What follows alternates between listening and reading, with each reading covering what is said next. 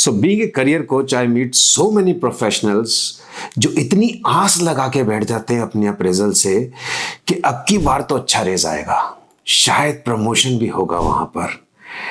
And then they get a letter in their hand and they get to hear that same old statements. Next time we will see. अभी जरा थोड़ा budget constraint था, अभी थोड़ी सी जरा company की situation ऐसी थी कि हम अभी अफोर्ड नहीं कर सकते, but down the line certainly you are an asset to us, but we will see it next time. क्या कभी आपके साथ भी ऐसा हुआ है? अगर ऐसा हुआ है तो इसमें कोई आपकी गलती नहीं है, और अप्रेजल कोई प्योरली परफॉर्मेंस का खेल भी नहीं है. ये लगता है लेकिन ऐसा है नहीं.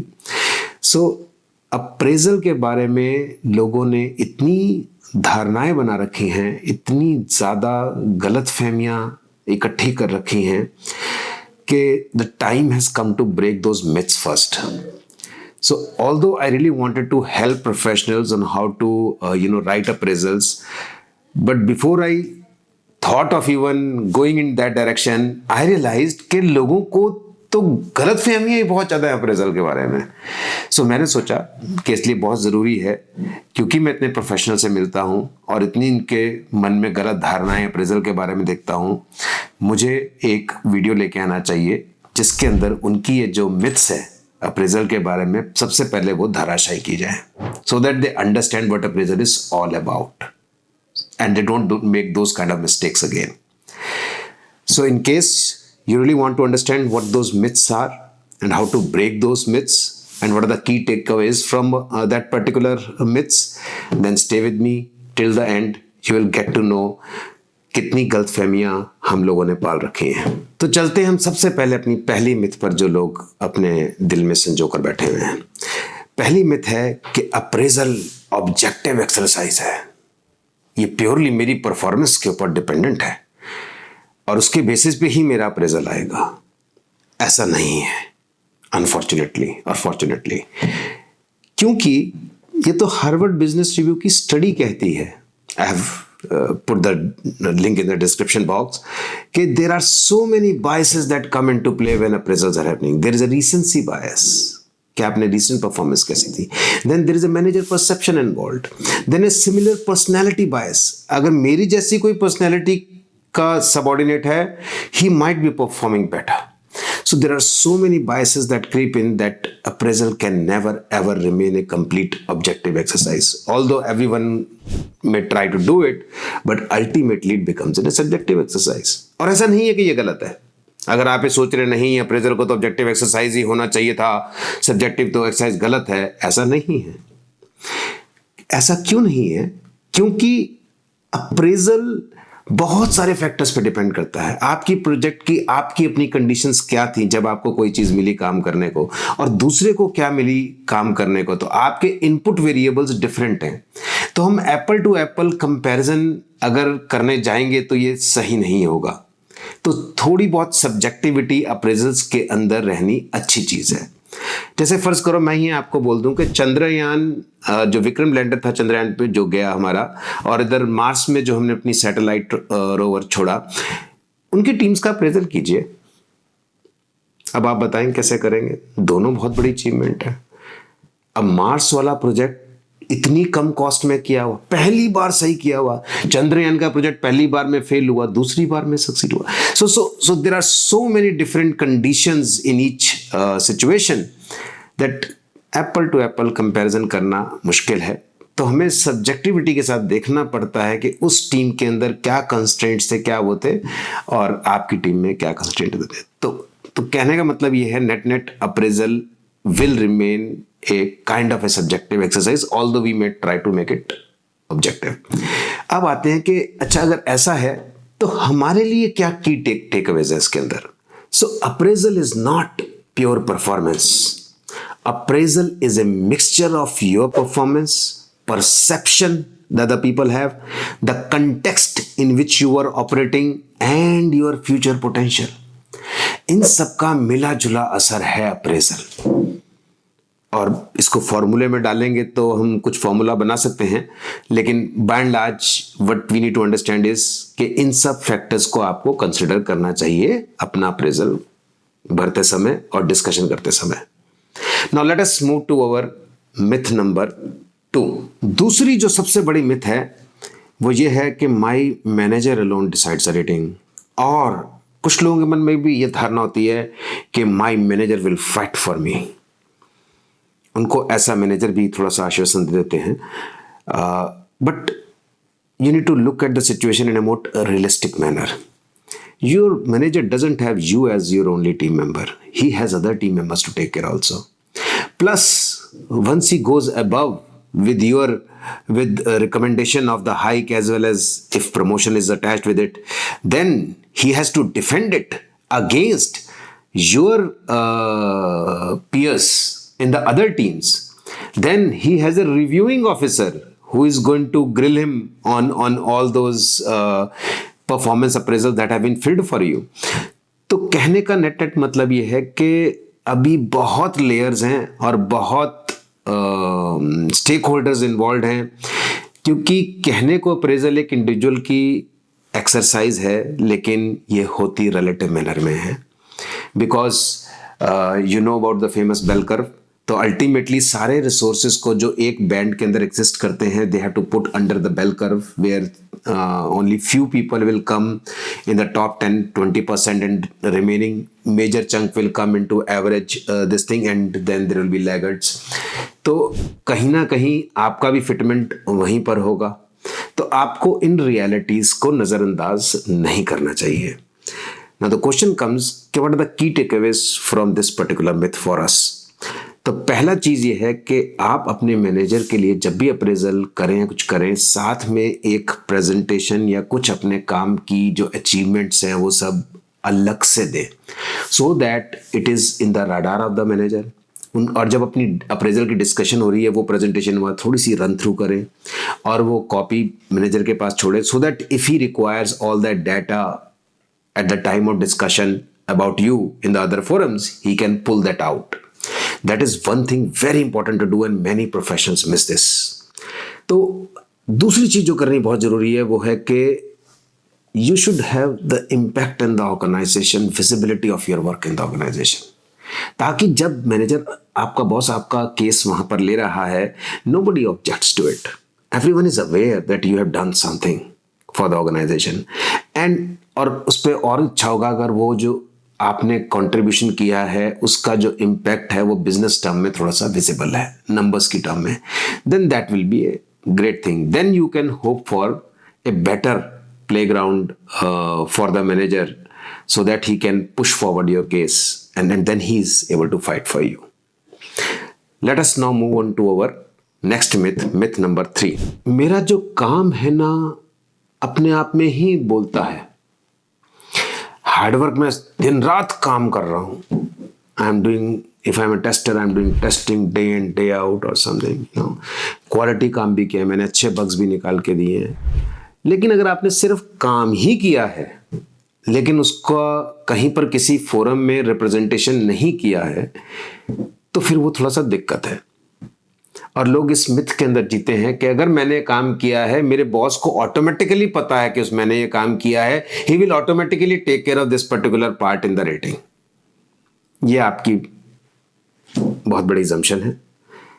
You have to communicate. जितना काम करना जरूरी है उतना काम बताना और विजिबल करना भी जरूरी है। कॉर्पोरेट में दोनों चीजें बहुत जरूरी हैं। कोई भी एक चीज नहीं होगी तो गड़बड़ हो जाएगी। तो आपको इंश्योर करना है। So what are the key takeaways? Key takeaways is that आपको इंश्योर करना है कि आप जब अप्रेजल भरें और जब अप्रेजल की डिस्कशन करें, आपका जो भी आपने कंट्रीब्यूशन किया है उसका इम्पैक्ट विजिबल होना चाहिए और वॉक थ्रू होना चाहिए आपके मैनेजर के साथ। प्लस आपके ऑर्गेनाइजेशन के फोरम के अंदर भी वो वर्क विजिबल होना चाहिए और लोगों को पता होना चाहिए अगर आपने कुछ और लेवल या किसी टीम के साथ कुछ कंट्रीब्यूशन किया है तो वो विजिबल होना चाहिए। ये दोनों चीजें होनी बहुत जरूरी है। Alone hard work and quality work will not get you the result that you want. Let's come down to the myth number 4. My appraisal will decide about my promotion. ये कैसे एज्यूम कर लिया आपने? क्या आपकी ईयर के basis पे assume किया कि मेरे 2 साल हो गए हैं तो ऑटोमेटिकली दे देंगे प्रमोशन मेरे को? Sorry, it is not going to happen. So अगर आप सोच रहे हैं कि अप्रेजल्स से ऑटोमेटिकली आपको वो प्रमोशन मिल जाएगा, तो आप थोड़ी गलत फहमी में जी रहे हैं। आप अगर मिड करियर सेगमेंट के अंदर हैं तो आपको अपना केस बनाना पड़ेगा। और appraisal, promotion is never an event. ऐसा नहीं है कि एक इवेंट एक दिन आएगा और आपको प्रमोशन आपके हाथ में दे दिया जाएगा, कभी भी ऐसा नहीं होगा। ये एक जर्नी है, ये एक प्रोसेस है। आपको अपने एक्शंस के थ्रू विजिबल करना पड़ता है और रिस्पॉन्सिबिलिटीज लेके ये बताना पड़ता है कि you are capable of taking on donning the next role. जब तक आप ये नहीं करते, ये तो प्रीरिक्विजिट है। उसके बाद तो और बहुत हर्डल्स हैं।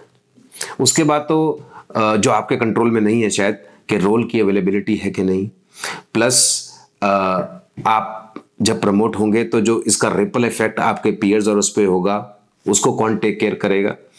खैर वो फैक्टर्स आपके मैनेजर और एचआर का देखने का, but still there are so many other factors to be considered.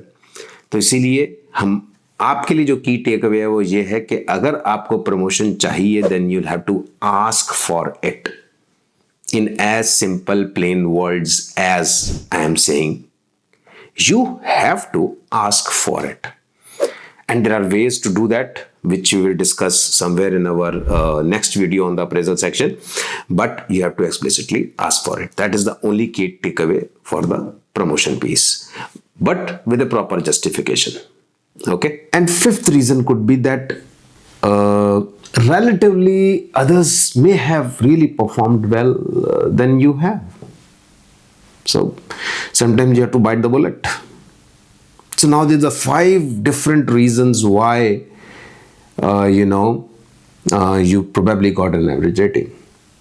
तो पहली चीज तो करनी है, इसको दिल से नहीं लगाना है। And we should not start equating our self-worth with this particular rating. So that's the first key takeaway. Second thing that we need to do is we need to figure it out, find out what others have got. आपके peers और बाकी सबका general माहौल क्या है organisation के अंदर with respect to rating. सबकी किस टाइप की रेटिंग आई है, ये कुछ हद तक पता लगाया जा सकता है। There are smarter ways to do that. That will give you, I will not say the consolation, it will give you some justification of that it is not an individual specific trend, it's an org level, team level, department level trend, which will give you that you are part of the whole department and project and team, and hence you are also the impacted party. That will give you some satisfaction with respect to this. तीसरी चीज जो reality में करना चाहिए, जो लोग नहीं करते, हुआ है कि truly introspect yourself and find out if there are any gaps that you can bridge and learn new skills और something to bridge that particular gap. और ये सब करने के बाद भी अगर आपको लगता है कि नहीं, अंदर से आवाज आ रही है कि आपकी जो रेटिंग आई है वो गलत आई है, then by all means raise it through the channels. चाहे वो एचआर के थ्रू है, आपके डिपार्टमेंट के थ्रू है, you must raise that as a concern. And specially should raise a concern अगर आपको लगता है कि मैनेजर ने जब हमारे साथ डिस्कशन किया था उस समय कुछ और कमिट किया था, फाइनल रेटिंग कुछ और आई है। That will B a more appropriate movement, but it has to be done very politely, smartly and without ruffling the feathers, because आप ऐसा करके पूरे अप्रेजल प्रोसेस और सीनियर्स के ऊपर एक डाउट खड़ा कर रहे हैं। So you have to do it very, very carefully, and the way to do that is that you are just trying to learn and find out insights about yourself, that why you have got that rating. That is the way to approach the management or HR. Not with an intent to fight with them to change the rating. So idea is to find out why that rating is, and then during that process you can raise your concern that you, if you have justified reasons to put forward that I have done this much amount of work and this thing and hence I deserve another rating, and then you should leave it on to the management, especially if you wish to continue in the company, because there's no point in taking up or picking up a fight if you want to stay in the same environment and company. It's better that we understand why it happened and then we work towards to eliminate it. So with this, I hope मैंने जो ये 5 myths और misconceptions professional लेके घूमते रहते हैं अपनी जेब के अंदर, वो कुछ हद तक एड्रेस की. While there are more myths and misconceptions, you can talk about in the comments, and we will figure out if we can have another video on that particular aspect. But लेकिन मेरे पास एक option है जिसके अंदर मैंने जितने भी questions मेरे साथ प्रोफेशनल्स ने पूछे अप्रेजल से रिलेटेड, मैंने उनमें से टॉप 5-6 क्वेश्चंस को मैंने कलेक्ट किया और उसका मैंने एक वीडियो बनाया है with the title FAQ frequently asked questions answered. It's a appraisal season guide part 1. You can see on the screen somewhere and click it and watch it in case you really want to know. And if you have some questions which you think corporate world will not answer, but I will be able to. तो अगर आपको लगता है कि उन questions के answer आपको जानने चाहिए, you can watch that particular video and get more knowledgeable about the appraisal process so that you can make good use of this particular cycle. So thank you very much, signing it off, and wish you all the very best during your appraisal. Thank you very much.